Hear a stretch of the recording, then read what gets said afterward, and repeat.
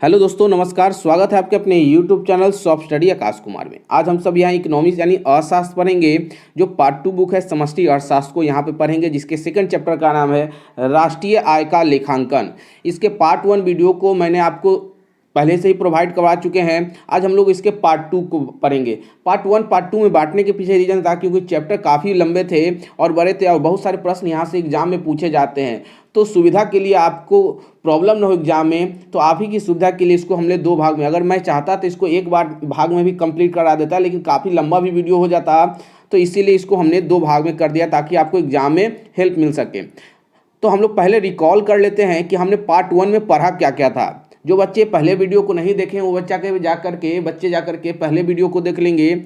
और यहाँ पे देखें, हम लोग रिकॉल कर लेते हैं। तो हमने क्या पढ़ा? वस्तुओं के बारे में पढ़ा, वस्तुओं, उपभोग की वस्तुएं पढ़ा हमने, टिकाऊ वस्तुएं, गैर टिकाऊ वस्तुएं, उत्पादक वस्तुएं, मध्यवर्तीय वस्तुएं, पूंजीगत वस्तुएं, अंतिम वस्तुएं, निवेश और इसके प्रकार के बारे में भी हमने वहाँ पे पढ़ा है। स्थिर निवेश के बारे में पढ़ा है हमने, माल सूची निवेश, सकल निवेश, निवल निवेश, ये सारी चीज़ हमने पढ़ा है। मूल्यह्रास, हस्तांतरण, भुगतान, कर्मचारियों का पारिश्रमिक के बारे में पढ़ा है, उत्पाद विधि, व्यय विधि और आय विधि, ये सभी हमने पहले पार्ट में हमने पढ़ लिया है। आज हम लोग सेकेंड पार्ट में पढ़ेंगे। कुछ और भी महत्वपूर्ण टॉपिक है जिसको हम लोग कवर करेंगे। है तो क्या है ये? तो सबसे पहला है मध्यवर्ती वस्तुएं एवं अंतिम वस्तुएं। दोनों को हम लोग एक साथ पढ़ने की कोशिश करेंगे और दोनों में क्या अंतर है ये भी जानने की कोशिश करेंगे।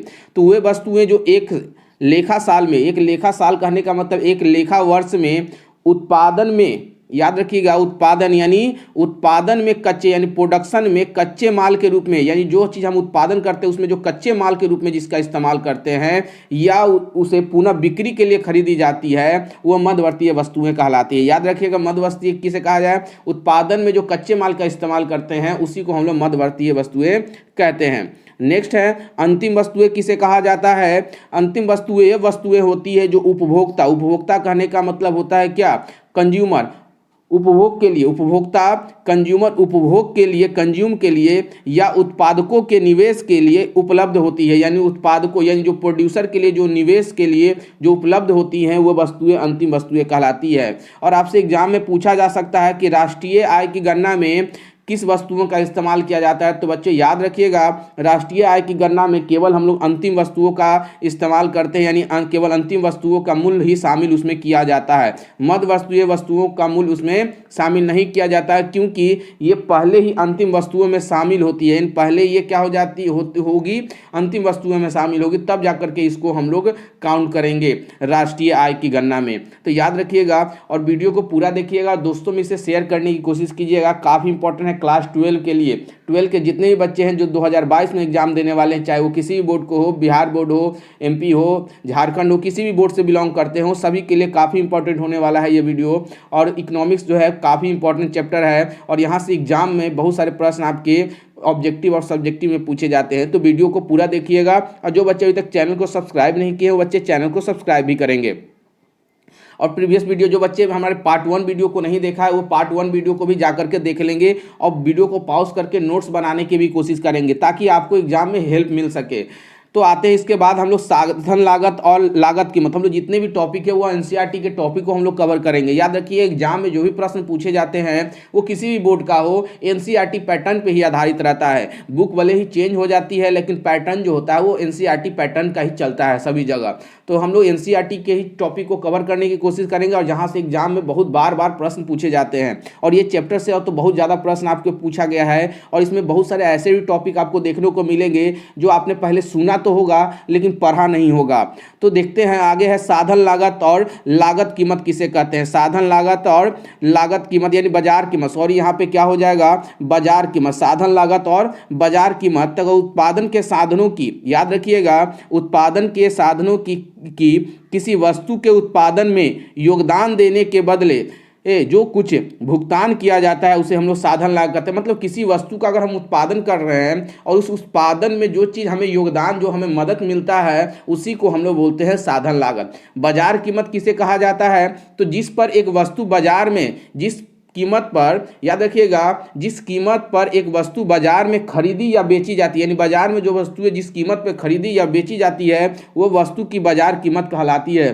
तो काफ़ी आपको समझ में आ रहा होगा। आप लोग मार्केट जाते होंगे तो आपको ये सारी चीज़ आसानी से समझ में आ रहा होगा कि बाजार कीमत क्या होती है। यानी जिस वस्तु को हम बाजार की कीमत पर खरीदते हैं, सिंपल से बोल सकते हैं कि किसी वस्तु को हम खरीद रहे हैं और जिस कीमत से हम बाजार से उसे खरीदते हैं उसी को तो हम लोग बोलते हैं बाजार कीमत।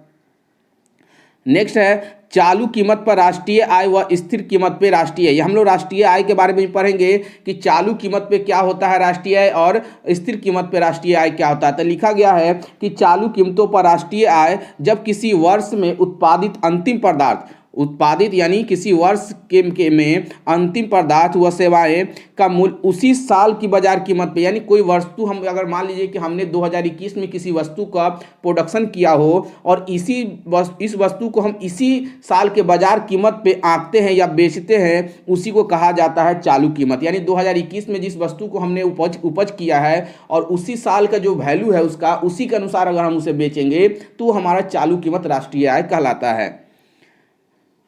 आते हैं अब स्थिर कीमत पर राष्ट्रीय आय। स्थिर कीमत पर राष्ट्रीय आय क्या हो जाती है? तो जब किसी वर्ष में उत्पादित अंतिम पदार्थ व सेवाओं का मूल्य आधार वर्ष की कीमतों पे, मान लीजिए कि हमने 2021 में कोई वस्तु को प्रोडक्शन किया और इसका जो आधार वर्ष था मान लीजिए कि 2005 हो या 2010 हो या 2015 हो, और उस कीमत पर अगर हम आज इसको बेचते हैं तो ये हमारी जो होती है वो स्थिर कीमतों पर राष्ट्रीय आय, यानी आधार कीमत। आधार का मतलब क्या होता है? बेस, यानी जो शुरुआती रेट था उसी के अनुसार से अगर हम उसे आज बेचेंगे तो हमारा स्थिर कीमत हो जाएगा। और ऊपर हमने क्या पढ़ा था? तो ऊपर हमने पढ़ा था चालू कीमत के बारे में पढ़ा था कि चालू कीमत यानी जिस वर्ष उसका जो कीमत है उसी वर्ष कीमत पे अगर हम उसे बेचेंगे तो हमारा चालू कीमत। आई होप आपको चालू कीमत और स्थिर कीमत दोनों समझ में आया होगा राष्ट्रीय आय के अनुसार। और एग्जाम में आपसे पूछा भी जाएगा, यहाँ पे ये इस तरह के प्रश्न आपको सब्जेक्टिव में और ऑब्जेक्टिव में दोनों में पूछे जाएंगे। तो याद रखिए काफ़ी इंपॉर्टेंट है और ये चैप्टर बहुत ज़्यादा इंपॉर्टेंट रखता है क्योंकि यहाँ से बहुत सारे प्रश्न पूछे जाते हैं। अब अभी आपको हमने बताया था कि बहुत सारी चीज़ों के बारे में आपने सुना हुआ होगा, हो सकता है उसे आपने पढ़ा नहीं होगा। तो आज हमने यहाँ पढ़ेंगे भी और पहले हम लोग सुने जीडीपी के बारे में। जीडीपी के बारे में बच्चे सुने होंगे पहले भी, जीडीपी होता क्या है आज हम लोग उसको जानते हैं। तो कहा गया कि जीडीपी का हिंदी जो होता है सकल घरेलू उत्पाद। अब कहे सर ये सकल घरेलू उत्पाद क्या है, जो अच्छा से समझाइए।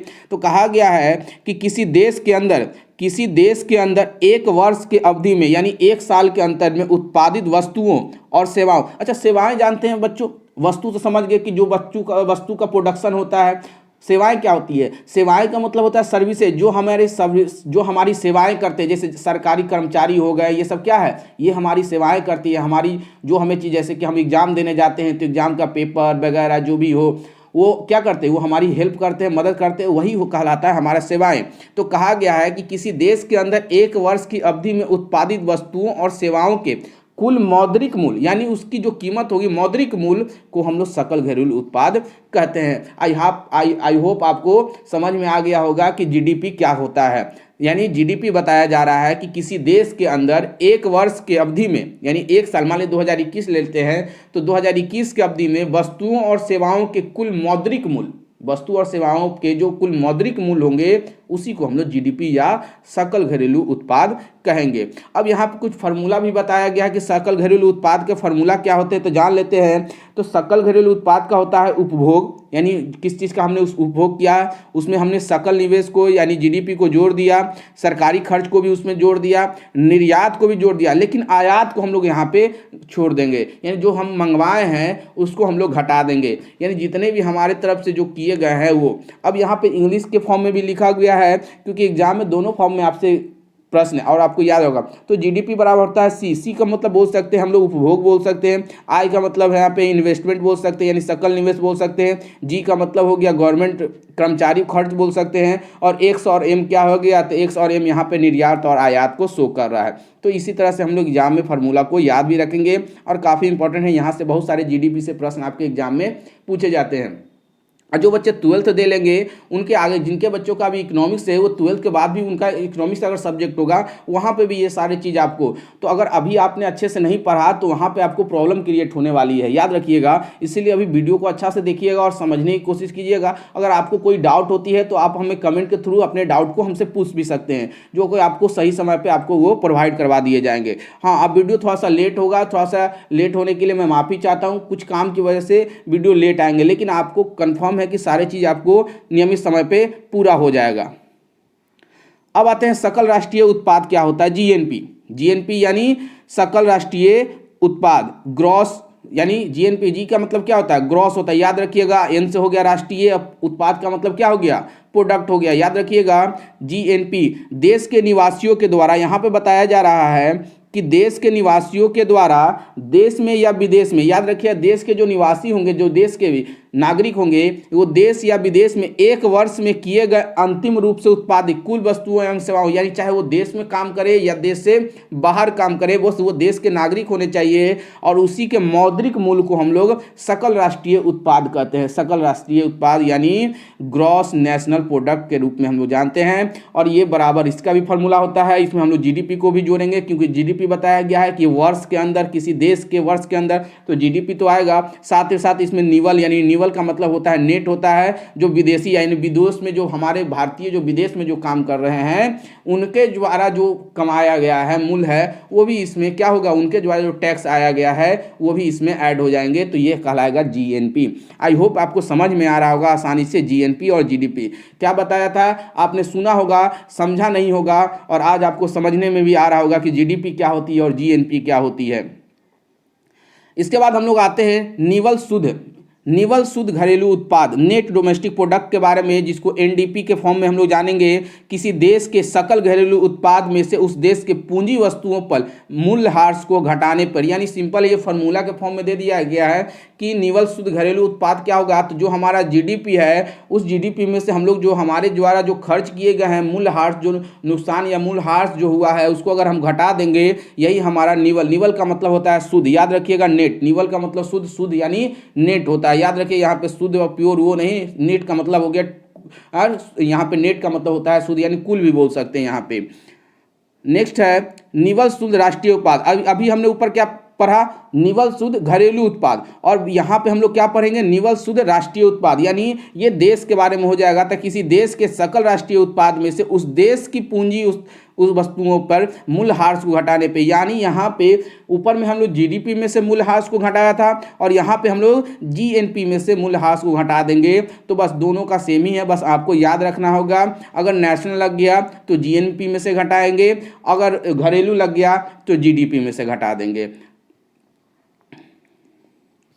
नेक्स्ट है व्यक्तिगत या व्यक्तिगत आय किसे कहा जाता है, तो सभी को पता होगा व्यक्तिगत आय किसे कहेंगे। तो व्यक्तिगत आय से आशय है कि उस आय से है जो किसी देश में एक वर्ष की अवधि में व्यक्तियों अथवा परिवार के द्वारा वास्तविक रूप से प्राप्त होती है, यानी परिवार के द्वारा जो वास्तविक रूप से प्राप्त की गई आय जो होती है वही क्या कहलाता है, व्यक्तिगत आय कहलाता है। व्यक्तिगत आय सदैव राष्ट्रीय आय से हमेशा कम होगी, जाहिर सी बात है। व्यक्तिगत जो आय होगी अगर हमारा राष्ट्रीय आय से ज़्यादा होगी तो इनकम टैक्स भी नाम की कोई चीज़ तो होती है ना, तो कहा गया है इसीलिए व्यक्तिगत जो आय होगा वो सदैव क्या होगा, राष्ट्रीय आय से कम हो गया। राष्ट्रीय आय में अनेक कटौतियां की जाती है, ठीक है, याद रखिएगा। जो राष्ट्रीय आय होती है उसमें अनेक कटौतियां की जाती है और कुछ जोड़ी भी जाती है, इसके बाद जो राशि प्राप्त होती है वही व्यक्तिगत, यानी कुछ पैसे कट जाते हैं, कुछ पैसे सरकार के द्वारा दे दिए जाते हैं, जैसे इनकम टैक्स के फॉर्म में बहुत सारे कर हम लोग को, हमारे ऊपर बहुत सारे टैक्स भी लगते हैं। जो लोग पैसे कमाते हैं तो सभी को पता होगा कि 5 लाख से ऊपर जिनकी सालाना आमदनी रहती है 5 लाख या 5 लाख से ऊपर,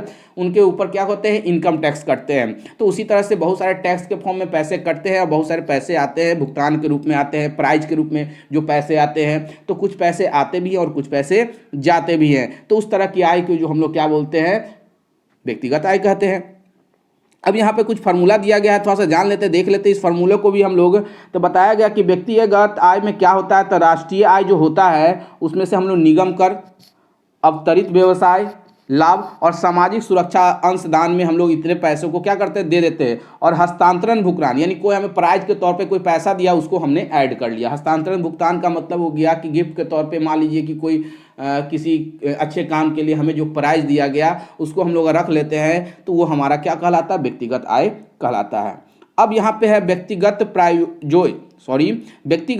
प्रयोज्य आय। याद रखिएगा व्यक्तिगत प्रयोज्य आय क्या कहलाता है। यहाँ पे हम लोग समझने की कोशिश करते हैं, यह वह आय है जो व्यक्तियों को सभी स्रोतों से प्राप्त होती है, सभी स्रोतों से प्राप्त होती है तथा सरकार द्वारा आरोपित करों के भुगतान के बाद व्यक्ति के पास बचती है। मतलब कि सभी स्रोतों से जो आय हमें प्राप्त होगी और उसके ऊपर सरकार क्या करेगी, एक टैक्स लाद देगी और टैक्स कटने के बाद जो पैसा प्राप्त होता है उसको हम लोग देखते हैं व्यक्तिगत प्रयोज्य आय कहा जाता है। इसमें क्या होता है कि व्यक्तिगत की जो आय होती है उसमें प्रत्यक्ष खर्च यानी डायरेक्ट टैक्स हो जाए। प्रत्यक्ष मतलब डायरेक्ट टैक्स हमारा कट जाता है, जिसको हम इनकम टैक्स भी बोल सकते हैं। और जिसमें सरकारी की विधियां, सरकार की जो विधियां हैं उसके तरफ कुछ पैसे कट जाते हैं, उस तरफ पैसे कटने के बाद जो हमारे पास पैसे बच जाएंगे वो व्यक्तिगत प्रयोज्य आय कहलाता है। नेक्स्ट है राष्ट्रीय आय। नेशनल इनकम किसे कहेंगे, राष्ट्रीय आय किसे कहा जाता है। तो किसी देश के उत्पादन व्यवस्था से, याद रखिएगा, किसी देश के उत्पादन व्यवस्था से अंतिम उपभोक्ता के हाथों में जाने वाली वस्तुओं या देश के पूंजीगत साधनों के विशुद्ध जोड़ को ही हम लोग राष्ट्रीय आय कहा जाता है। यानी कहा क्या गया है यहाँ पर सिंपल सा कि देश के उत्पादन व्यवस्था से जो अंतिम उपभोक्ता होगा, जो सबसे लास्ट में उसका इस्तेमाल करेगा, जैसे मान लीजिए कि हमने क्या किया, एक चाय बनाया और चाय को हमने पी लिया, तो अंतिम उपभोक्ता हम होगी कि हमने चाय पी लिया, अब चाय बचा नहीं है। तो कहा गया कि यहाँ पे जो अंतिम उपभोक्ता के हाथों में जाने वाली वस्तुओं या देश के पूंजीगत साधनों के विशुद्ध जोड़ को ही हम लोग क्या बोलते हैं, राष्ट्रीय आय कहते हैं। और याद रखिएगा भारत में सबसे पहले राष्ट्रीय आय की गणना किसके द्वारा किया गया था, तो ये नाम याद रखिएगा, दादा भाई नौरोजी के द्वारा किया गया था। बहुत बार एग्जाम में पूछा गया कि राष्ट्रीय आय की गणना किसके द्वारा की गई है भारत में। भारतीय का नाम बताए तो वो होते हैं दादा भाई नौरोजी, जिसे हम लोग वृद्ध पुरुष के नाम से भी हम लोग इनको जानते हैं। और इन्होंने 1868 में एक पुस्तक लिखी थी जिसका नाम है poverty in British rule in India. याद रखिएगा, poverty in British rule in India, ये पुस्तक इनके द्वारा लिखी गई है। और ये पुस्तक भी आपको एग्जाम में बार बार पूछा जाता है कि poverty in British rule in India पुस्तक किसके द्वारा लिखा गया है, तो दादा भाई नौरोजी के द्वारा लिखा गया है। या वृद्ध पुरुष के नाम से हम किस व्यक्ति को जानते हैं, तो दादा भाई नौरोजी को हम लोग जानते हैं। नेक्स्ट है राष्ट्रीय, ऊपर हम लोग पढ़े थे राष्ट्रीय आय। अब यहाँ पे राष्ट्रीय प्रयोज्य आय क्या होता है, याद रखते हैं हम लोग, यहाँ पे जान लेते हैं। तो किसी देश की बाजार कीमत पर यानी मार्केट प्राइस पे उस शुद्ध आय से है, यानी मार्केट आय पर उस शुद्ध आय से है जो उस देश को व्यय करने के लिए यानी उस देश को खर्च करने के लिए उपलब्ध होती है। और किसी देश की राष्ट्रीय प्रयोज्य आय जो होता है उस देश के राष्ट्रीय आय शुद्ध अप्रत्यक्ष कर तथा विश्व से प्राप्त चालू हस्तांतरण आय को उसमें जोड़ दिया जाता है, उसी को हम लोग बोलते हैं राष्ट्रीय प्रयोज्य आय कहलाता है। आई होप आपको समझ में आ रहा होगा काफ़ी आसानी से। और ये सारे जो चीज़ है ये आपको सुनने को जरूर मिला होगा, आपने न्यूज़ वगैरह में भी सुना होगा, राष्ट्रीय आय, जीडीपी, जीएनपी, ये सब सुनने को मिला होगा। आज हम लोग उसे पढ़ने की भी कोशिश कर रहे हैं और समझने की भी।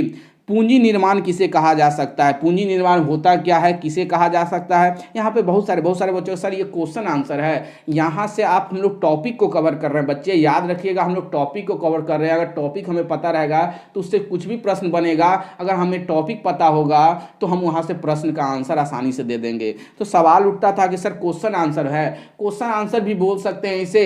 और ये एक होगा कि इससे जुड़े हुए जो प्रश्न आपसे पूछेंगे, जब हमको इसका डिटेल पता रहेगा कि ये होता क्या है तो उसके बारे में हम आसानी से लिख सकते हैं। यह वह प्रक्रिया है जिससे बचत व निवेश के द्वारा पूंजी स्टॉक में वृद्धि होती है। जो स्टॉक हम लोग करते हैं, हम लोग पिछले वीडियो में पढ़ा स्टॉक क्या होती है, प्रवाह क्या होती है। तो स्टॉक के में जो वृद्धि होती है और पूंजी निर्माण कहलाता है। याद रखिएगा कि प्रक्रिया के तहत बचत व निवेश द्वारा पूंजी स्टॉक में जो वृद्धि होती है उसी को हम लोग पूंजी निर्माण कहते हैं। अब किसी देश का आर्थिक विकास जो होता है उस देश की पूंजी की उपलब्धता पर ही निर्भर करती है। अगर हमारे देश को डेवलप करना है तो हमारे देश की पूंजी सबसे इंपॉर्टेंट रखती है। अगर हमारे देश की पूंजी में अगर आर्थिक डेवलपमेंट हो रही है, हमारे देश की पूंजी में डेवलपमेंट हो रही है, तो हम लोग बोल सकते हैं कि हमारे देश का इकोनॉमी क्या होगा, अच्छा होगा। याद रखिएगा, उपभोक्ता मूल्य सूचकांक किसे कहा जाता है, यहीं पे हम लोग जान लेते हैं। तो कहा गया कि घरेलू उपभोक्ताओं द्वारा यानी घरेलू डोमेस्टिक उपभोक्ताओं द्वारा खरीदे गए सामानों एवं सेवाओं के औसत मूल्य को, यानी जो वस्तु हमने खरीदा है, जो सेवाएं हमको मिली है, उसके औसत मूल्य को मापने के लिए एक सूचकांक होता है और उसी सूचकांक को हम लोग बोलते हैं उपभोक्ता मूल्य सूचकांक। यानी जो चीज़ हम खरीदते हैं या जो सेवाएं हमें मिलती है या किसी के द्वारा हो, उसी के औसत जब हम लोग निकालते हैं और उस औसत को अगर मापा जाता है तो उसको हम लोग सूचकांक में मापते हैं और उसी सूचकांक को कहा जाता है उपभोक्ता मूल्य सूचकांक। आई होप आपको समझ में आ रहा होगा काफ़ी आसानी से कि उपभोक्ता मूल्य सूचकांक किसे कहा जाता है। एग्जाम में प्रश्न पूछे जाएंगे बच्चे, याद रखिएगा, इस तरह के प्रश्न आपके एग्जाम में पूछे जाएंगे, सब्जेक्टिव और ऑब्जेक्टिव दोनों केस में। नेक्स्ट है उत्पादन के 4 कारक होते हैं। यहाँ पे बताया गया उत्पादन के बारे में हम लोग, प्रोडक्शन के बारे में हम लोग पहले ही पढ़ा है। आज हम लोग उसके 4 कारक के बारे में पढ़ेंगे। तो 4 कारक याद रखिए, एग्जाम में आपसे ऑब्जेक्टिव में पूछे जाएंगे। उत्पादन के 4 कारक है और ऑप्शन दिया रहेगा 4 और कहा जाएगा कि उत्पादन के इनमें से कौन से कारक नहीं है, और जिसमें से 3 दिया रहेगा और 1 नहीं होगा। तो ये याद रखिएगा कि आपको यहाँ पे ऑब्जेक्टिव के फॉर्म में किस तरह से प्रश्न पूछे जा सकते हैं। तो क्या होगा, श्रम होगा, पूंजी होगा, भूमि होगा और उद्यमी, ये चारों जो है उत्पादन के 4 कारक हैं। अब हम लोग बारी बारी से पढ़ लेते हैं। श्रम सभी को पता होगा, श्रम क्या होता है।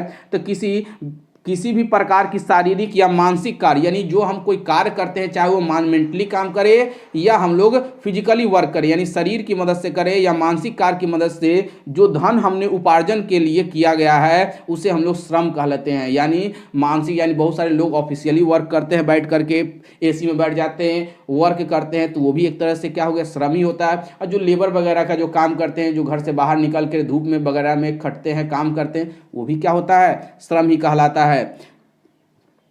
दूसरा है भूमि।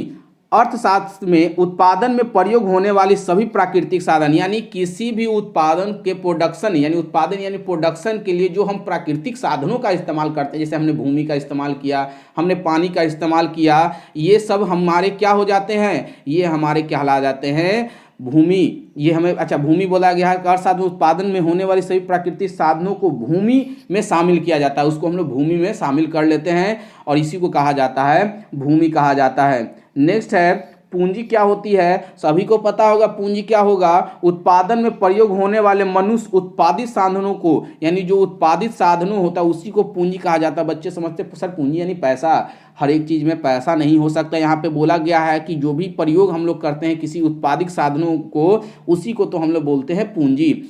उद्यमी क्या होता है, तो उद्यमी एक लोग होते हैं, उद्यमी यानी ऐसे लोग जो बड़े निर्णयों के नियंत्रण का कार्य करते हैं, यानी बड़े बड़े निर्णय लेते हैं और नियंत्रण के साथ वो कार्य करते हैं और उद्यम के साथ जुड़े हुए रहते हैं। यानी उद्यम यानी बड़े बड़े चीज़ों के साथ जो जुड़े रहते हैं और बड़े जोखिम का वहन करते हैं। जैसे कि मान लें हमने कोई बड़ी फैक्ट्रियाँ खोली हैं और उसमें जो जोखिम भी होगा, क्योंकि अगर हमने फैक्ट्रियाँ खोली, फैक्ट्री चलेगा नहीं चलेगा, तो इसका जोखिम वगैरह जो लेता है उसी को हम लोग उद्यमी कहते हैं।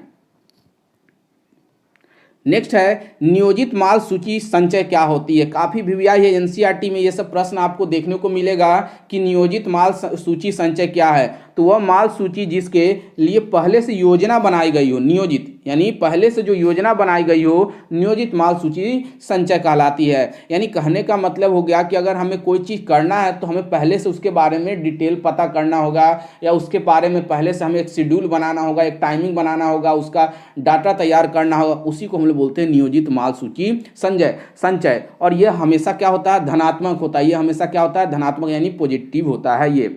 नेक्स्ट है अनियोजित मतलब जिसका हम लोग कोई प्लान नहीं बनाया है, यानी बिक्री में अप्रत्याशित गिरावट की स्थिति में फर्म के पास वस्तुओं का अविकृत स्टॉक होगा। यानी अविकृत स्टॉक होगा मतलब कोई स्टॉक वगैरह है ही नहीं, है ना, जिसके बारे में वो आशा नहीं कर सकता। मतलब जो हम अनुमान लगाए वो हुआ नहीं, जो हमने अनुमान नहीं लगाया वो हो गया, यानी जो आशा किया वो नहीं हो सकता। अतः इसे अनियोजित माल सूची संचय की संज्ञा दी गई है। यह धनात्मक भी होता है। कभी कभी हम लोग मान लिए कि शेयर मार्केट है तो कभी कभी स्टॉक ऊपर हो जाता है और कभी कभी स्टॉक क्या हो जाती है, नीचे भी हो जाती है। तो कहा गया जब ऊपर हो जाएगी तो धनात्मक हो जाएगी, जब गिर जाएगी यानी अनुमान हमने लगाया कुछ और हो गया कुछ और, तो कहा गया उस तरह में ये ऋणात्मक भी हो सकता है और धनात्मक भी हो सकता है।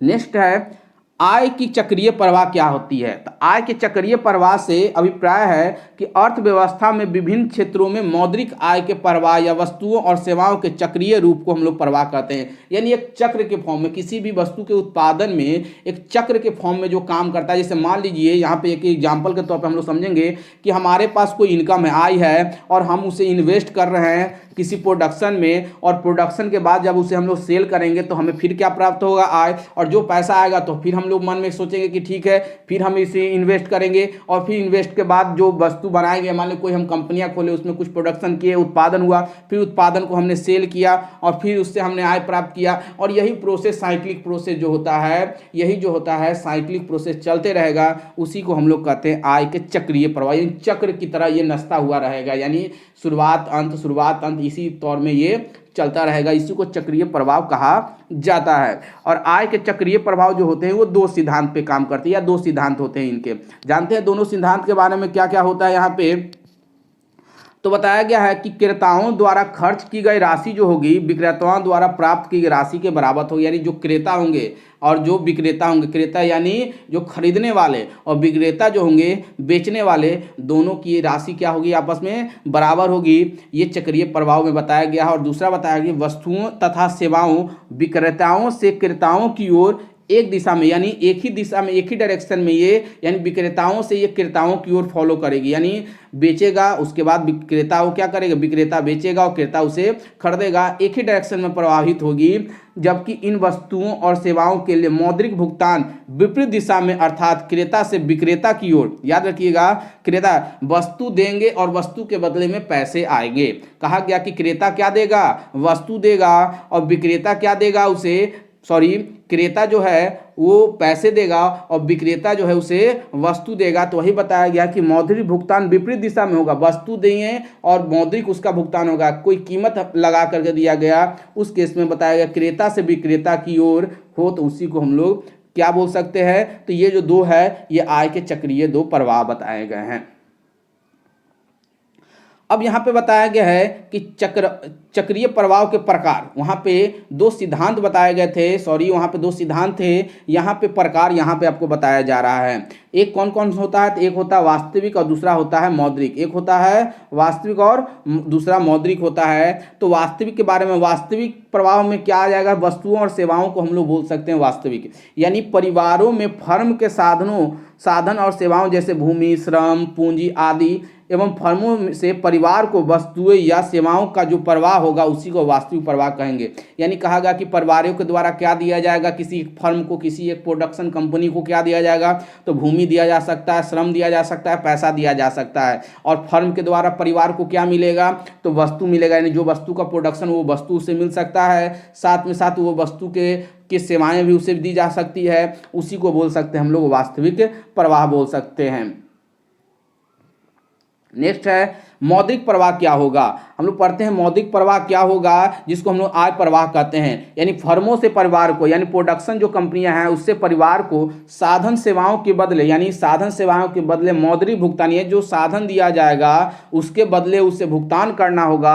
और परिवारों से फर्मों को, याद रखिए, परिवारों से फर्मों को वस्तुओं व सेवाओं के बदले मौद्रिक भुगतान मिलेगा। उसी को हम लोग बोल सकते हैं कि जिस रूप में ये चक्र चलता रहता है वही मौद्रिक प्रवाह कहलाता है। तो आई होप आपको ये सारे टॉपिक आसानी से समझ में आ रहे होंगे।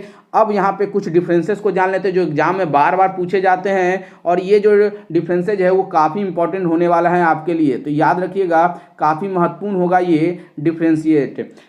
अब पहला डिफरेंस क्या है? तो जीडीपी और जीएनपी में क्या अंतर है? हम लोग पहले पढ़ेंगे जीडीपी और जीएनपी में क्या अंतर है। एग्जाम में आपसे डिफरेंस पूछ सकता है कि जीडीपी और जीएनपी में अंतर बताएं। तो जीडीपी ऊपर में बताया गया था कि किसी देश के अंदर बताया गया कि जीडीपी देश के घरेलू उत्पादित सभी, यानी देश के अंदर जो वस्तु उत्पादित और सेवाएं जो होगी उसी के मौद्रिक मूल्य को हम लोग जीडीपी बोलेंगे। और जीएनपी बोले थे हमने क्या कि देश के निवासियों के द्वारा देश के अंदर या देश के बाहर भी बोल सकते हैं जो सेवाएं या मौद्रिक मूल्य में जो सेवाएं मिलेगी उसे हम लोग जीएनपी कहते हैं। जीडीपी एक क्षेत्र घरेलू धारणा है। जीडीपी क्या होगा? एक क्षेत्र के घरेलू धारणा होगा जो देश के घरेलू तक सीमित होगी, यानी देश के अंदर तक ही ये सीमित रह सकता है। लेकिन जीडीपी क्या होगा, ये जिसका संबंध देश के समान निवासियों के साथ साथ होगा, यानी जीएनपी राष्ट्रीय धारणा हो गया, यानी ये राष्ट्रीय धारणा के अंतर्गत में, ये घरेलू धारणा के अंतर्गत चलेगा, ये राष्ट्रीय धारणा के अंतर्गत चलेगा। जीडीपी बराबर हमने ऊपर में पढ़ा था जीएनपी माइनस शुद्ध विदेशी साधन, अर्थात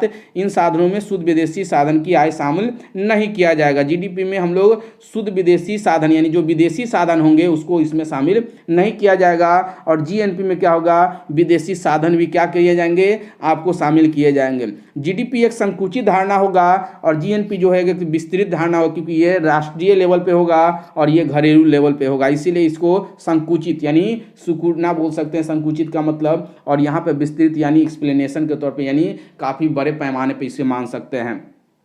नेक्स्ट है यहाँ पे हम लोग पढ़ेंगे बाजार कीमत पे शुद्ध घरेलू उत्पाद और बाजार कीमत पे राष्ट्रीय घरेलू उत्पाद, दोनों को हम लोग पढ़ेंगे, यानी एनडीपी पढ़ेंगे, नेशनल डोमेस्टिक प्रोडक्ट पढ़ेंगे, और यहाँ पे पढ़ेंगे यहाँ पे शुद्ध यानी नेट होगा, जो यहाँ पे नेट डोमेस्टिक प्रोडक्ट हम लोग पढ़ेंगे, शुद्ध घरेलू उत्पाद पढ़ेंगे, और यहाँ पे हम लोग पढ़ेंगे नेट नेशनल प्रोडक्ट यानी शुद्ध राष्ट्रीय प्रोडक्ट हम लोग उत्पाद पढ़ेंगे। तो एक देश की घरेलू सीमा में उत्पादित अंतिम वस्तुओं एवं सेवाओं के बाजार मूल्य में बाजार मूल्य में जो बाजार मूल्य के योग के बराबर, योग को बाजार कीमत पे शुद्ध घरेलू उत्पाद कहा जाता है। फिर से इसको पढ़ लिया जाता है। कहा गया